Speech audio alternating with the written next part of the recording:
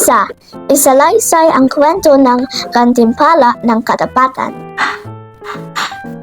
Ang Gantimpala ng Ang kwento nito ay isang magkakahoy, nahulog yung palakol niya sa lawa.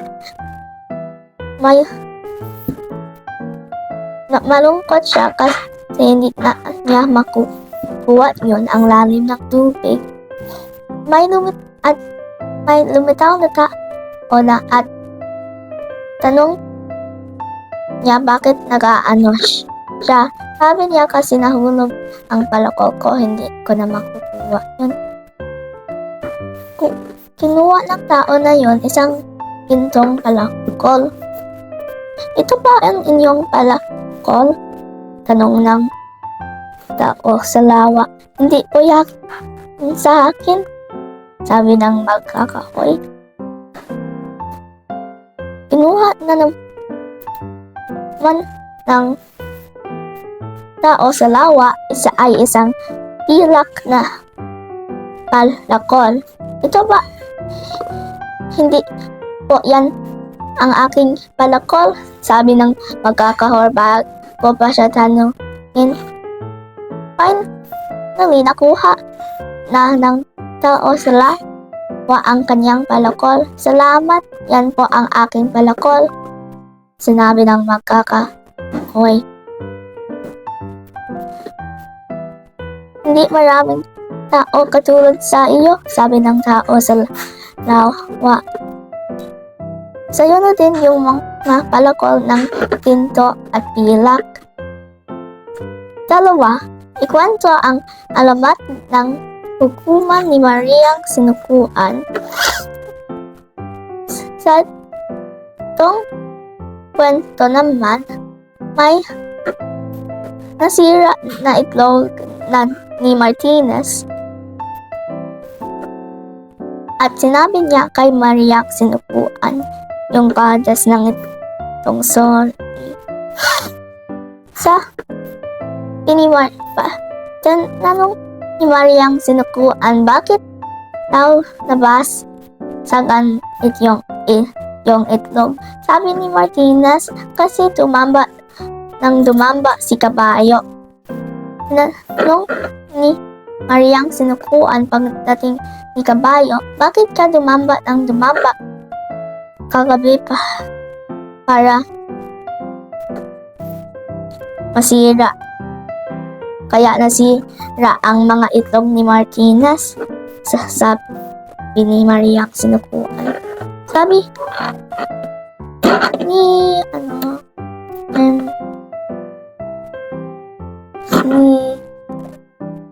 ni kabayo kasi biglang nagkoka si halaka.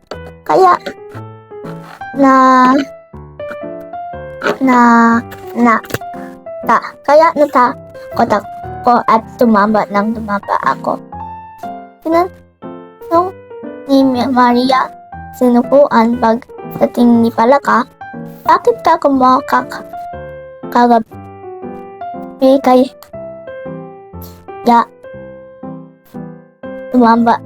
dumamba si kabayo kaya nabasag ang mga itlog ni Martinez, sabi ni Maria sinukuan.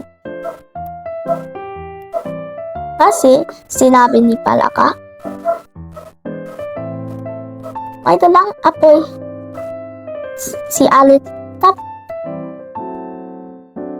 at parang natakot din ako. Hindi ko sure kung tama ito. Pagdating ni Alitap, tinanong ni Maria sinukuan, bakit ka may dalang apoy kaya natakot at kumokak si Palaka at dumamba si kabayo at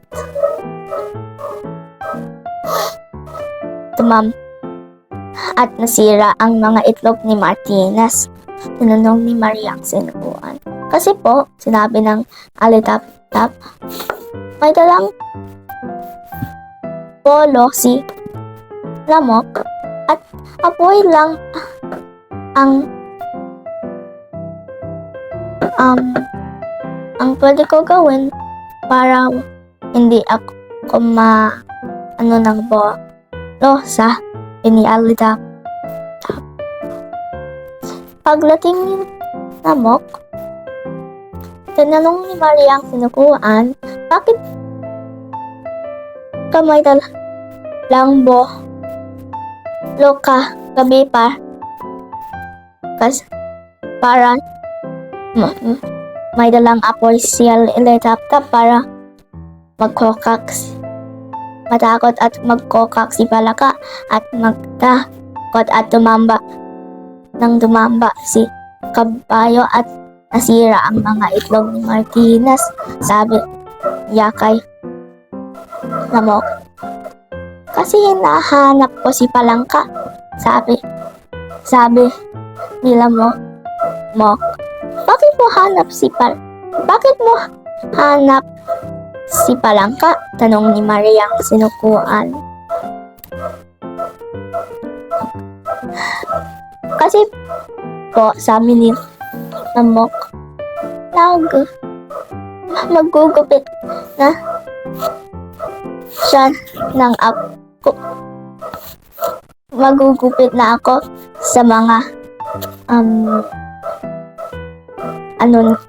niya, sabi ni Namok. Pero nagtatago na siya. Hahanapin ko siya, sabi ni Namok. At islinash ang bolo niya. Naghakot ang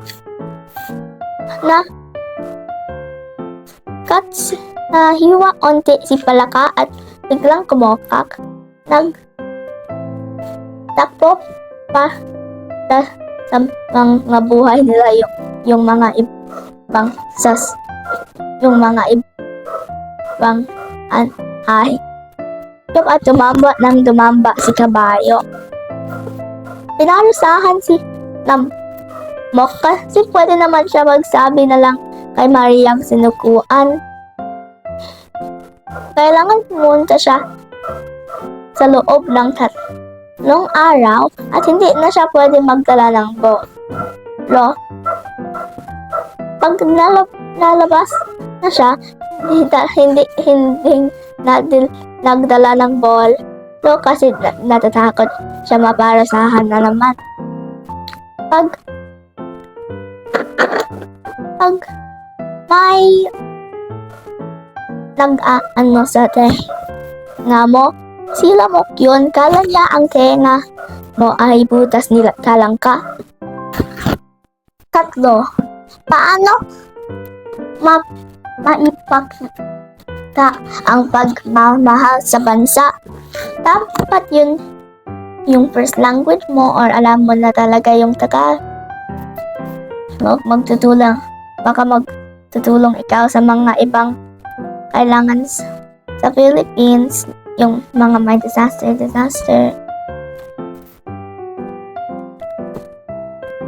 At baka magtulong din. Baka magkaroon ng famous brand sa Philippines para matulong na yung Philippines at mas maging popular siya sa ibang country. Parang hindi siya alam sa mga ibang bansa like yung Spain, America, yung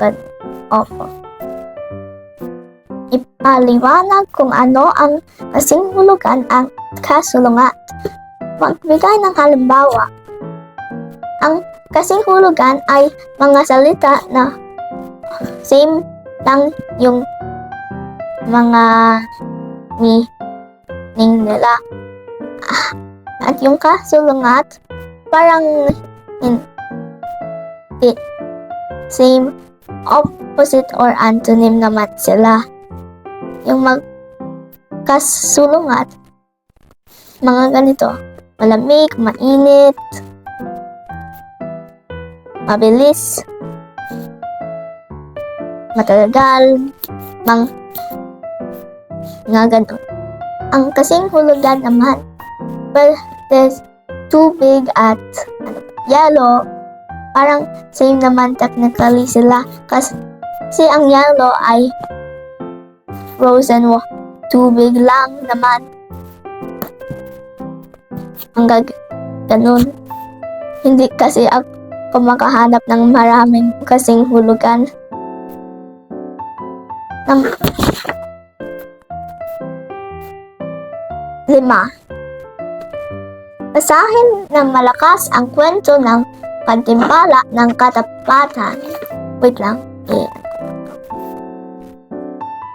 Sige. Ito na. Ang Gantimpala ng Magkakahoy. Katapatan ay ugaling pamana ang kinin at isabuhay sa tuwina. May isang malitang magkakahoy na nakatira sa tabi ng isang lawa. Minsan habang siya ay napuputol ng kahoy, napitawan niya ang kanyang palakol. Malaglag iyon sa lawa. Naku, ang aking palakol, yung utok ng magkakahoy. Malamang hindi ko na iyon makukuha. Yun pa naman ang gamit ko sa aking hanap buhay. Hirap sa buhay ang magkakahoy. Alamin niya, maaaring hindi na siya makabili ng ibang palakol. Ganoon na lamang ang lumbay niya. Wala ano-ano'y may biglang lumitaw na tao sa lawa. Nagulat ang magkakahoy. Bakit ka naririto sa tabi ng aking lawa? Tanong ng lalaki sa magkakahoy. Nagpuputol ako ng kahoy pero nalaglag po sa lawa ang aking palakol. Paliwanag ng magkakahoy. Hindi ko po naman iyon masisin. Napakalalim po ng tubig sa lugar na ito.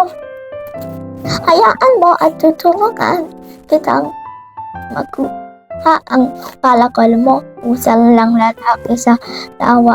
Sumisid ang lalaki sa lawa. Nang lumitaw, may hawak na siyang pintong palakol. Ito ba ang inyong palakol? Tanong ng lalaki. Aba, hindi po akin yan. Mabilis na tanggi ng magkakahoy. Muling sumisid ang lalaki sa lawa. Nang siya ay lumitaw, isa namang palakol na pilak ang hawak-hawak niya. Umiling ang magkakahoy. Hindi po iyan ang aking palakol. Usal niya bago pa man siya tanungin ng lalaki.